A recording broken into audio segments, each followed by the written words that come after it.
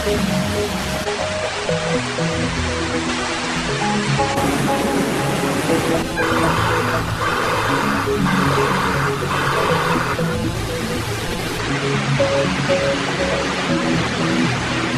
wall of water tore through Beijing with a violence few could imagine and none could control. Streets once lined with neon and noise vanished in torrents of brown water. Cars floated like coffins, horns blaring until the flood buried them silent. Villages at the city's edges are gone, flattened, erased, their names already whispered in past tense.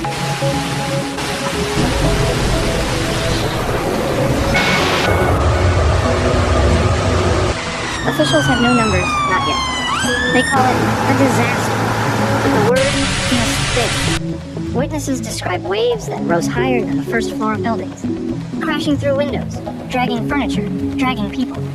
It was like the earth split open, said one survivor, shivering atop a half-sunken bus, clothes plastered to her skin. The water just came and came. We climbed up, but the water climbed faster.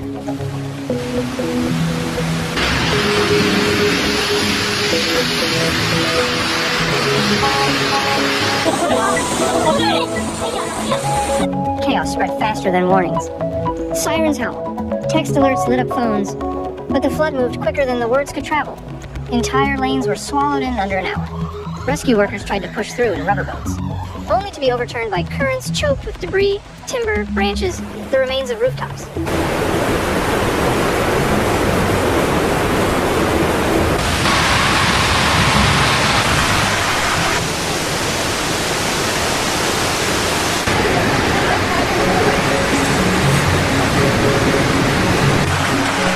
In some places, the water moved like a river.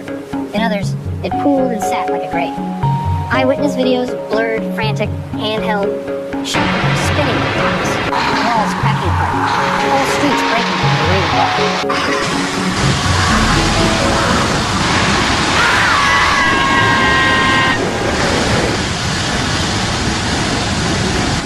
One video shows a transformer exploding, blue sparks flashing against the black night before everything went dark. Fire broke out even in the midst of the fog. Oil leaking and igniting, flames reflected across the rushing water. Fire and flood together. A city under siege by bullets. In the villages, the story's worse. Rescue teams report whole hamlets gone, erased overnight.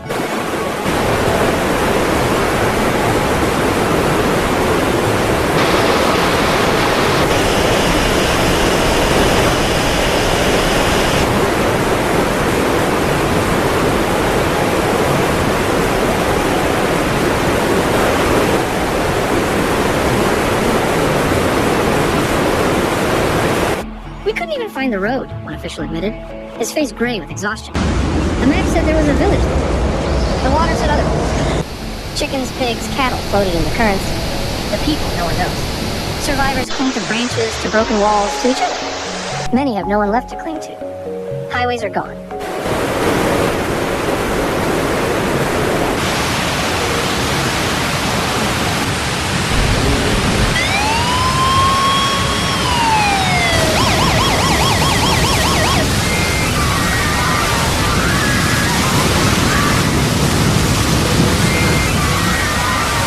Bridges twisted like wire.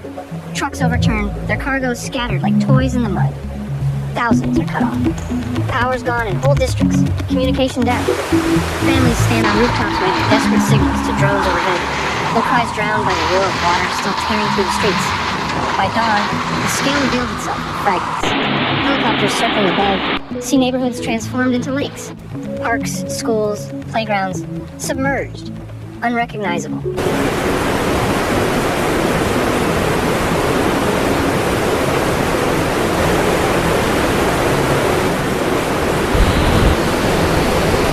In the gray morning light, Beijing looks less like a city than a battlefield. Cars piled against walls, trees ripped from roots, streets turned to rivers. The smell of oil, mud, smoke hangs heavy in the air. Numbers? None that can be trusted.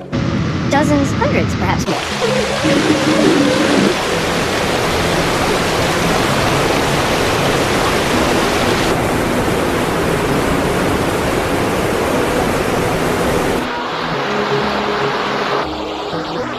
Officials admit the figures will rise. Everyone knows they will rise. The scale is too wide, the chaos too complete. For now, Beijing remains trapped in its own disaster. Roads unusable, power grids crippled, the government stretched thin. Relief convoys are en route, but slowed by broken infrastructure. Residents form human chains to pull strangers for water. Neighbors share dry food and blankets. Rescuers push forward despite currents that bite and drag at every step.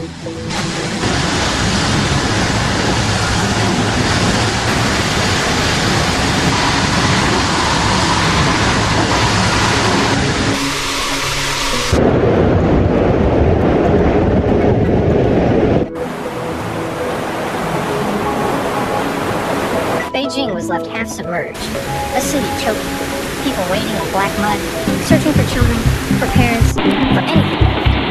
Villages were flattened, roads erased,